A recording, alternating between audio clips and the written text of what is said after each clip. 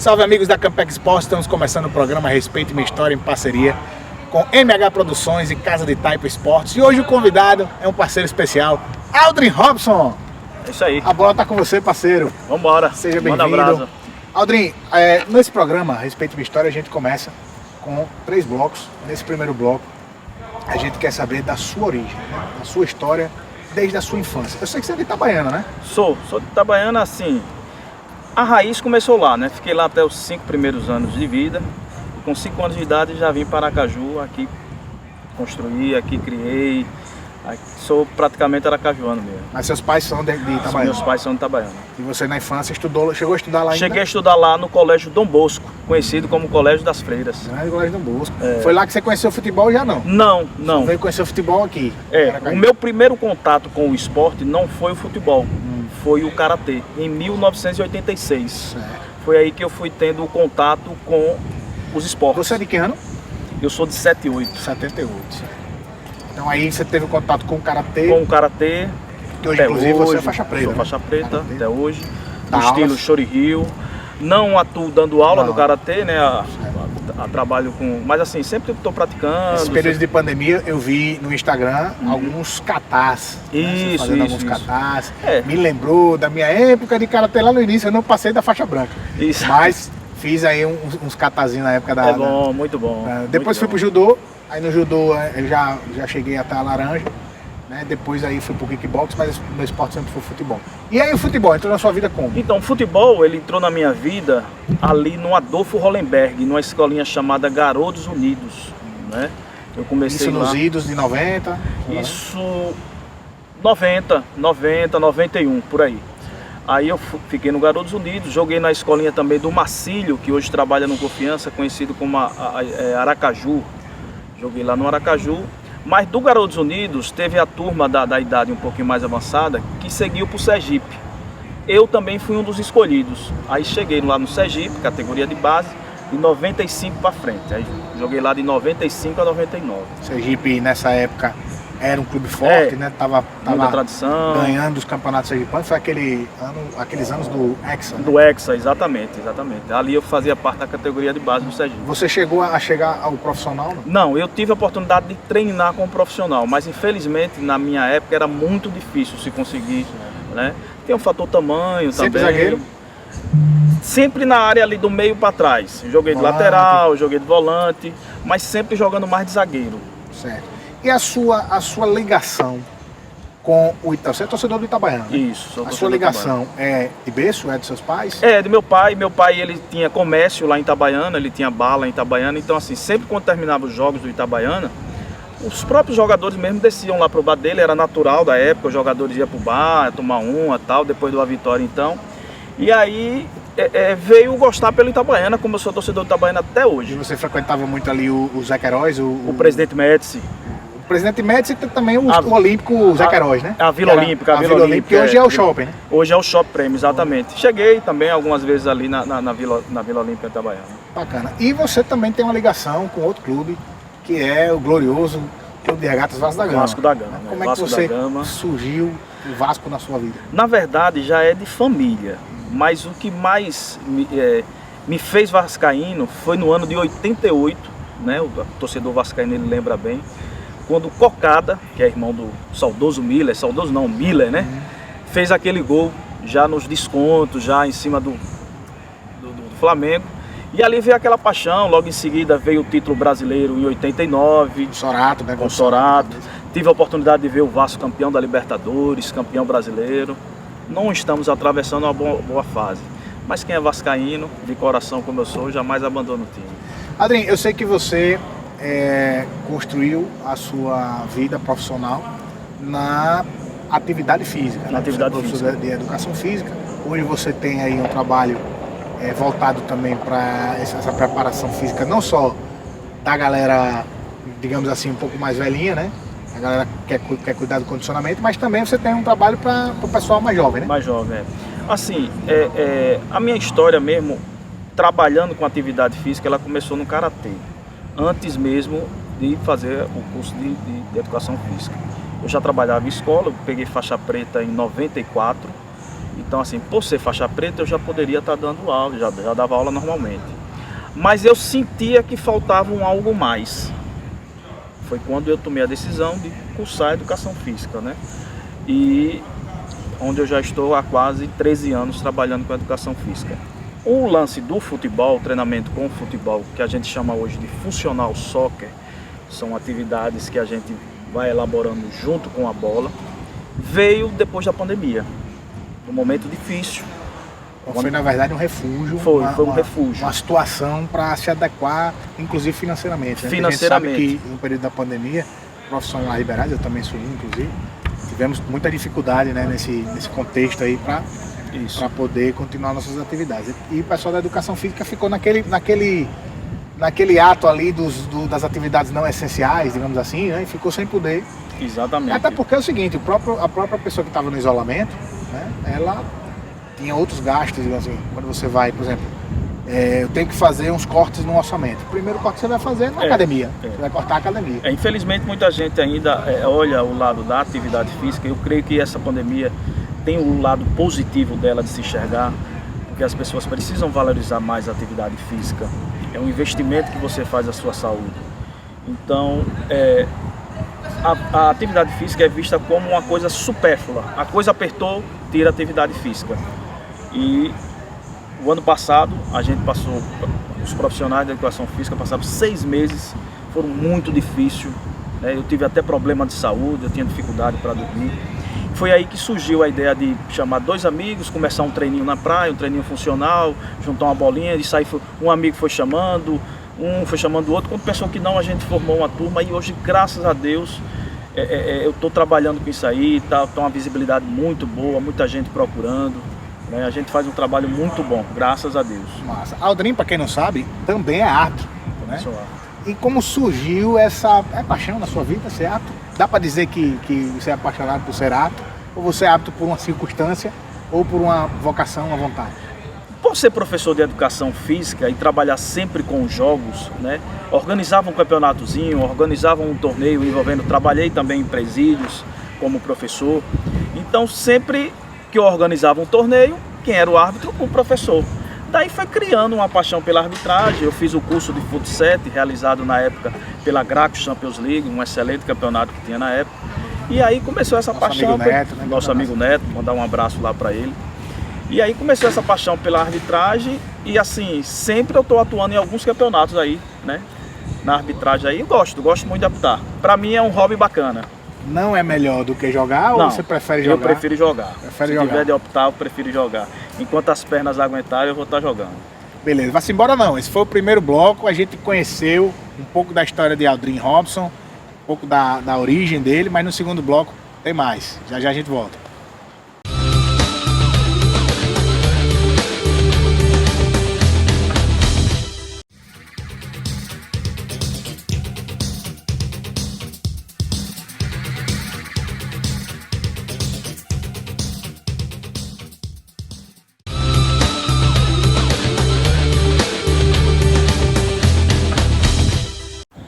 Estamos de volta para o segundo bloco do programa Respeite Minha História.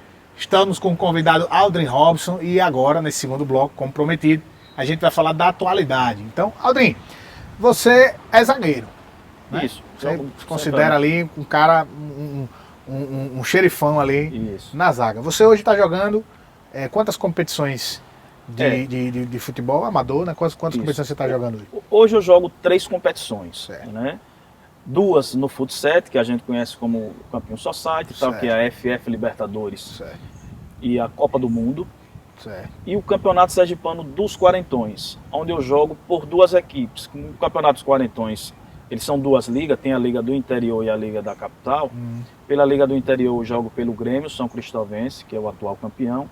E eu estou chegando esse ano agora para jogar também no atual campeão daqui da capital, que é o Lorival, do meu amigo Fábio Dix. Grande Lorival. Né? Meu amigo Lorival Fábio é Dix. atual campeão, atual bicampeão, não, atual campeão. Atual bicampeão. Ele é tetra, né? Mas aí tá com bicampeonato. Teve um aí. ano que teve uma perda aí nos pênaltis, sabe? Isso.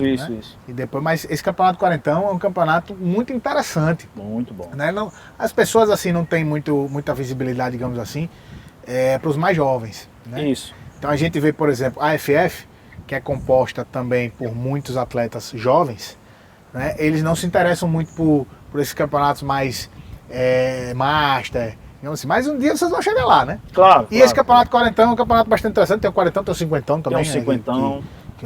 E é muito legal, muito gratificante ver essa galera de 50 anos. Isso. A gente tem na JCL, por exemplo, um cinquentão, que é meu ídolo, né? Que é Ricardo Nascimento, um cara de um caráter sensacional e também de uma qualidade física invejável, né? Porque você chegar aos 50 anos, né? Passados 50 anos, jogando com a vitalidade que alguns atletas, eu chamo de atleta mesmo, né? Mas algumas pessoas que não são profissionais da área da educação física, né? Isso. Ricardo, por exemplo, é advogado. Mas conseguir condicionar bem a sua vida para poder desempenhar o que gosta, né? É muito gratificante, né? Exatamente. Então esse campeonato de quarentão é muito satisfatório para você também. Claro, porque assim, eu, como sempre fui amador, mas eu até olhando o lado de quem foi profissional, que chega ao ponto de parar, que é muito difícil, e aí vem esses campeonatos de quarentão, cinquentão, que esse pessoal mesmo, que foi jogador profissional, consegue dar continuidade. E aí se torna um campeonato charmoso, porque tem as torcidas dos clubes daqui do estado, que ex-jogadores que foi do Sergipe, do Confiança, da Pernambuco, também participam, e fica um campeonato muito disputado, muito bacana. É bacana. E os jogos são em campos de 11? Campos de 11, tem jogo no Bastão? A final costuma sempre ser no Batistão. Os jogos são mais nos bairros, nos campos de beleza, né, Gran Prix. Agora tem um ali. campo aqui também, que estava tendo jogo do Campeonato Sergipano, também tá muito bom. Então, eu acho que o Adolfo Hollenberg, passou por uma reforma e provavelmente vai receber jogos dos quarentões e cinquentão. Tá? Porque às vezes também vocês devem encontrar alguns campos que são difíceis de desempenhar. Principalmente aqui na capital. Né? É muito difícil, mas tem aquele detalhe.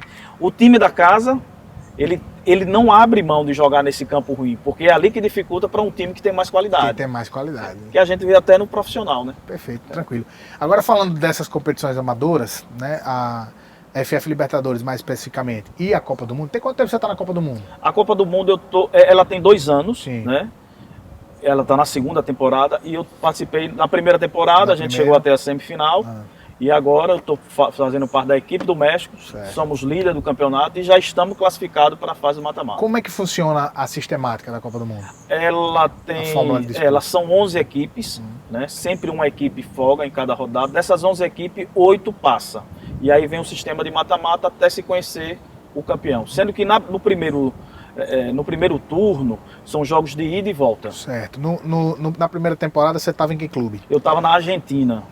Já começou mal, né?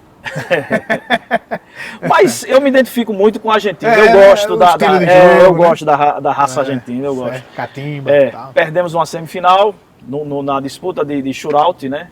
Muita gente conhece mais a disputa de pênalti, mas tem uma disputa de shootout no futsal.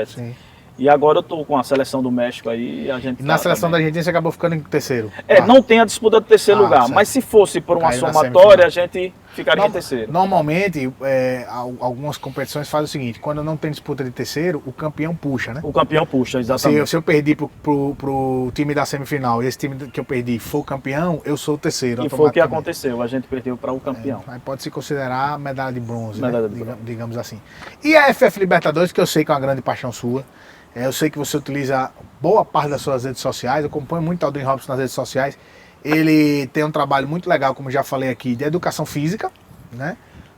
Sobretudo com treinamento, principalmente com crianças, né? Você tem uma especial, que é a Júlia, né? Que é a Júlia.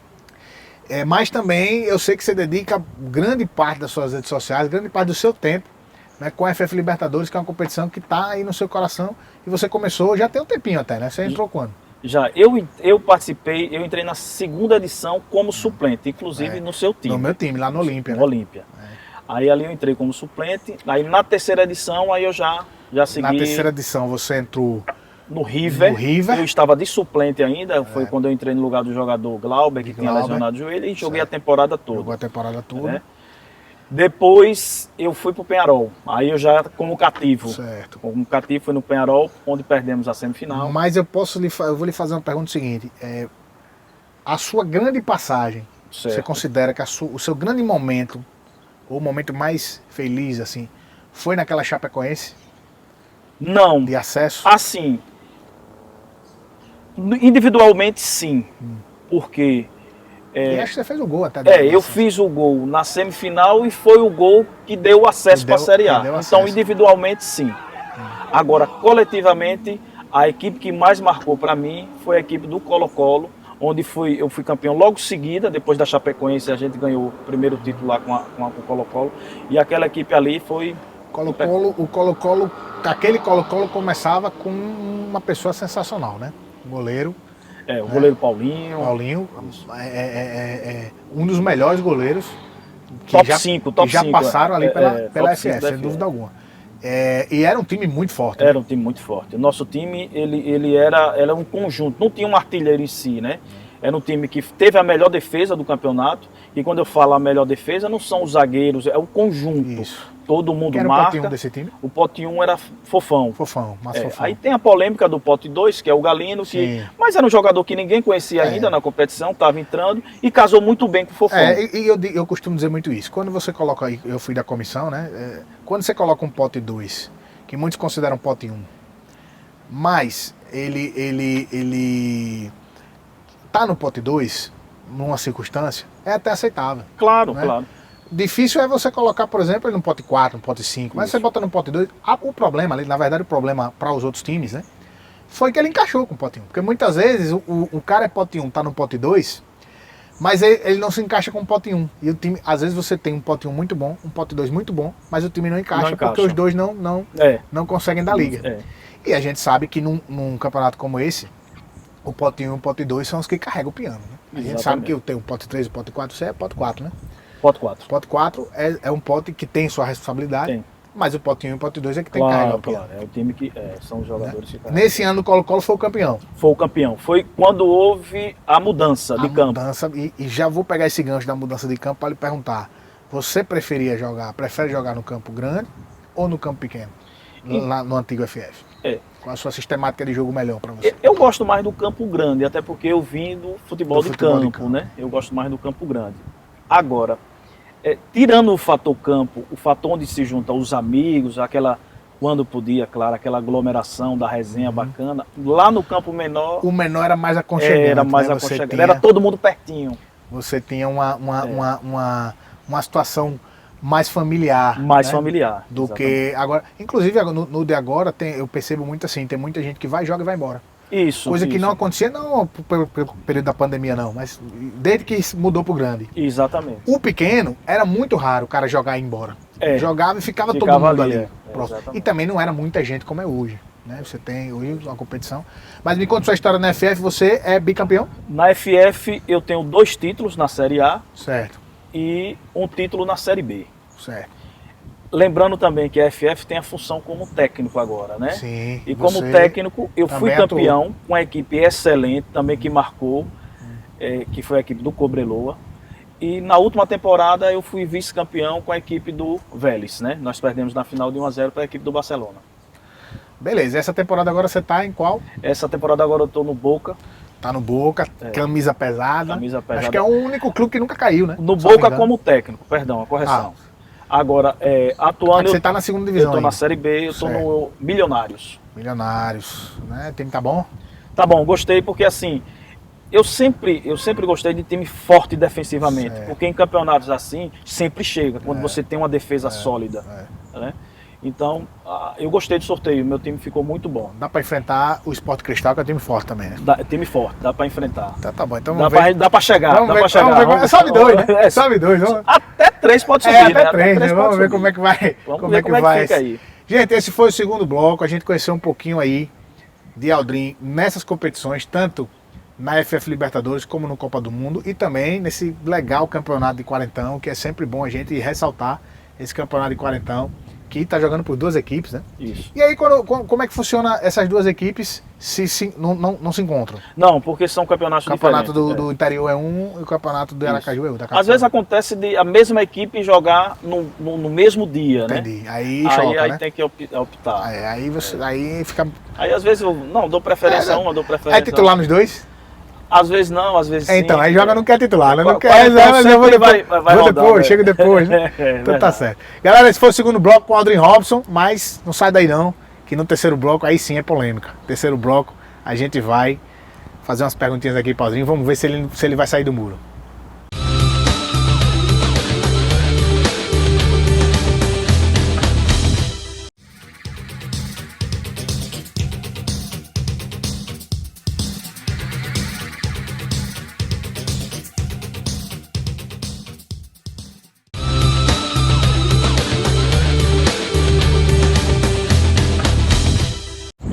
Estamos de volta no terceiro bloco, como você já sabe, o bloco polêmico.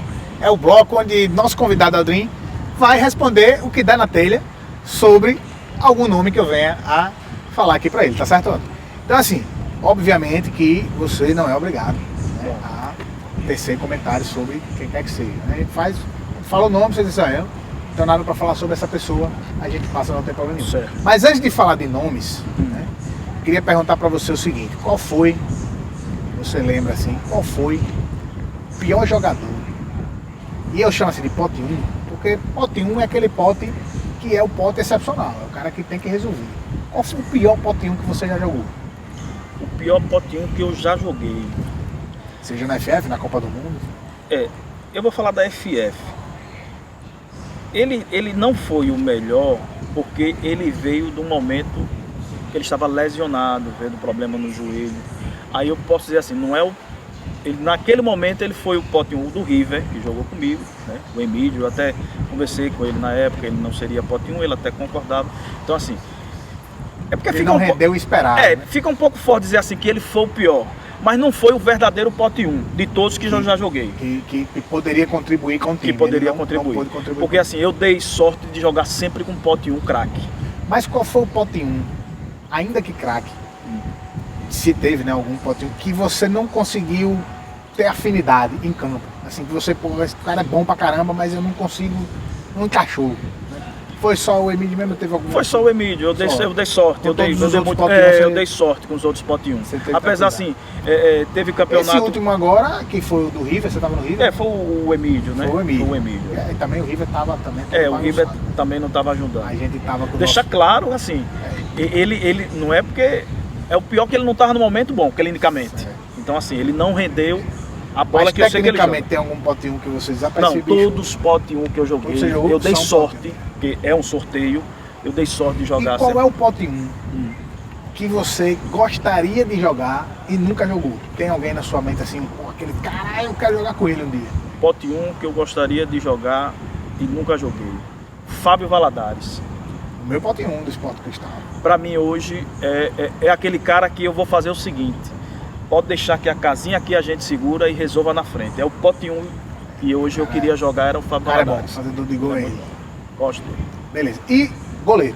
Qual o melhor goleiro que você... O melhor goleiro que eu já joguei até hoje é Paulinho. Paulinho. E qual goleiro você gostaria de jogar? Paulinho não vale, você já jogou com ele. Você gostaria de jogar e não jogou? É o Cassim. Ainda não joguei com o Cassim.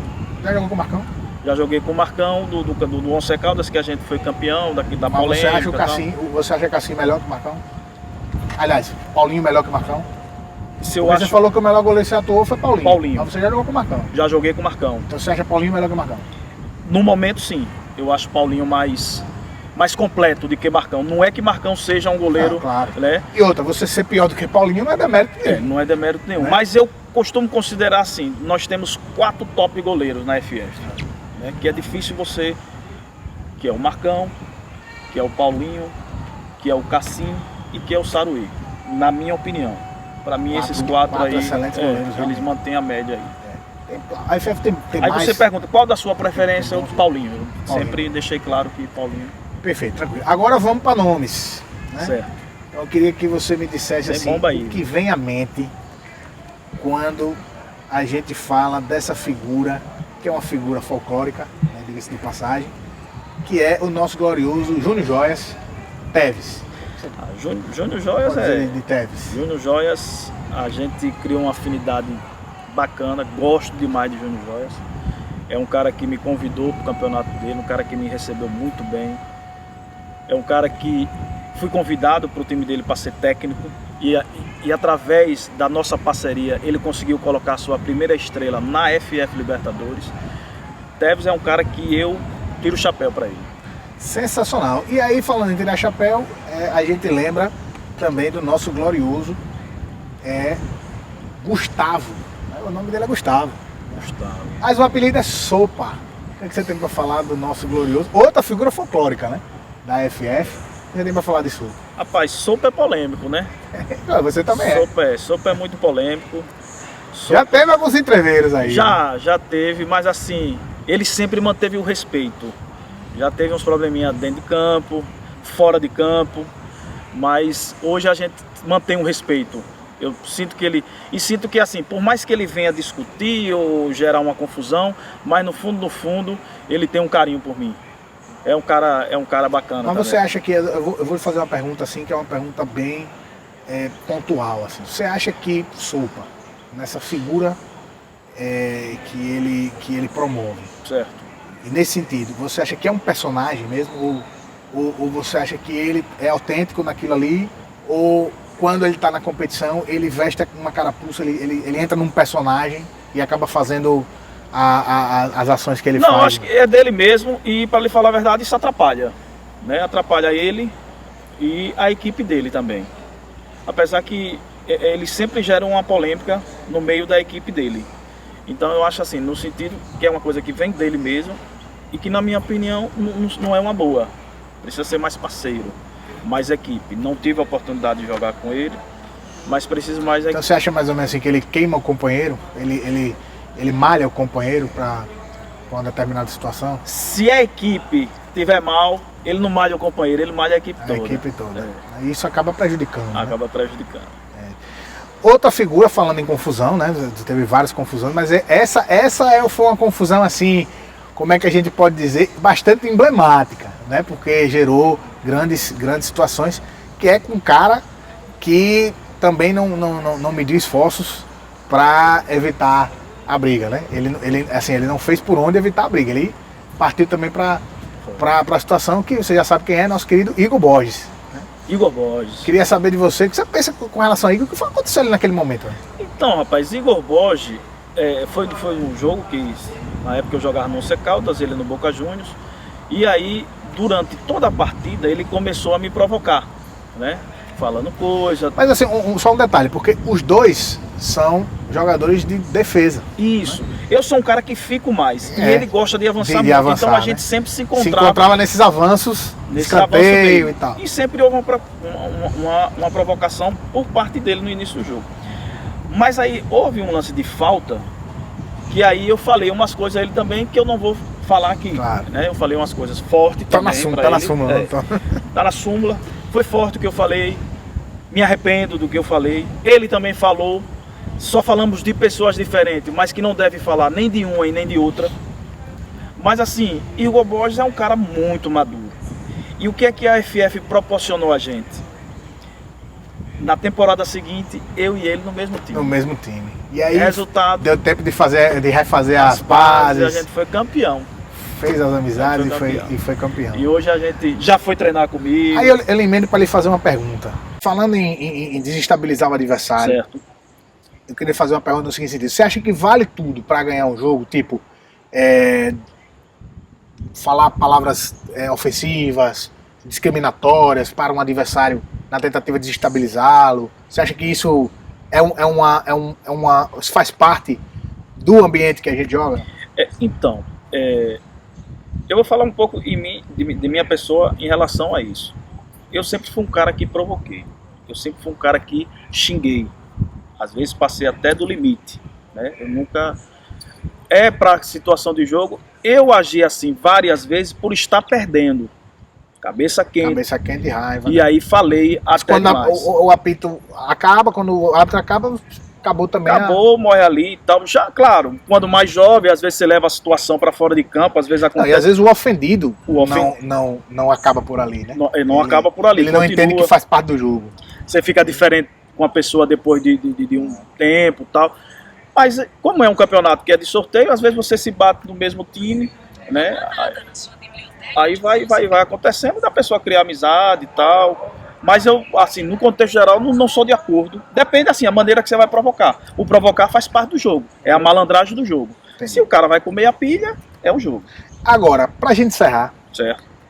Falando em polêmica, falando em troca de farpas, falando em situações de julgamento, que você, certo, inclusive já esteve aí no banco de réus, digamos assim, no banco dos réus da FF Libertadores algumas vezes, né? Em algumas eu tive a oportunidade, na época que era da comissão ainda, de participar do julgamento.